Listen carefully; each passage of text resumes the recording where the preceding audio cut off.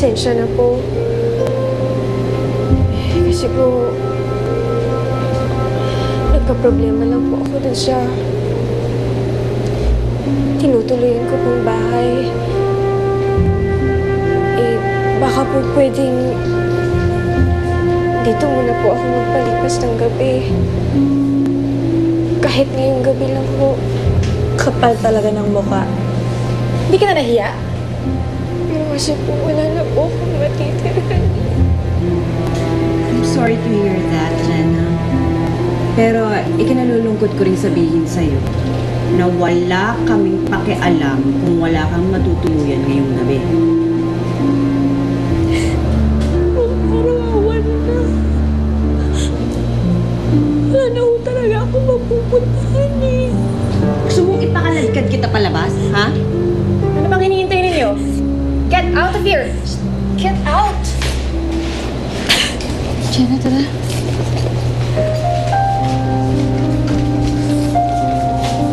Ito lang pala, napadaan tayo dito, Mami.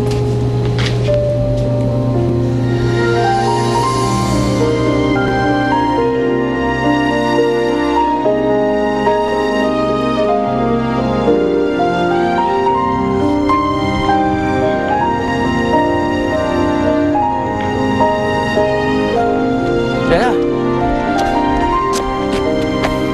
Sabi ko na, hindi sila papayag matulog ka sa resto eh. Medyo hindi ko na alam kung saan ako pupunta. Umiyak. Ano yan? Diba sabi ko sa'yo, hindi naman kita pababayaan. Ako na bahala sa'yo. Halika, sumama sa kasama. Nasaan na kaya si Jenna? Ada, baka kung anong mangyari sa anak ko, baka mapahamak siya. Ano ka ba, Josefina? Huwag ka mag-isip ng hindi maganda. Si Jenna pa. Abilidad kaya yung anak mo, makakagawa ng paraan yun. Kahit na ngayon ko lang siya hindi makakasama sa pagtulog. Baka mamaya kung anong mangyari sa kanya. Nandyan lang yun. Sumusungit pa ang panahon. Ada, Mamaya nandyan na yan. Tinan mo, ha? Mana, sige na ho. Isang gabi lang naman ho eh.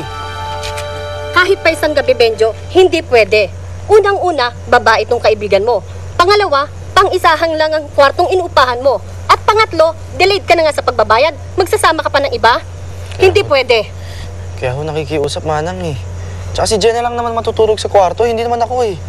Basta ayoko. Mga leche kayo. Manang! Benjo, wag na.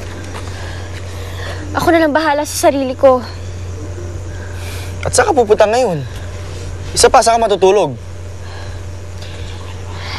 Sa bangketa! Sa ilalim ng tulay! Sa gitna ng kalye! Kahit saan! Hindi naman ako maselang tao eh. Kung ayaw nilang tumulong, edi wag! Sawang-sawa na akong nakikiusap. Nagmamakaawa. Wala namang magbibigay.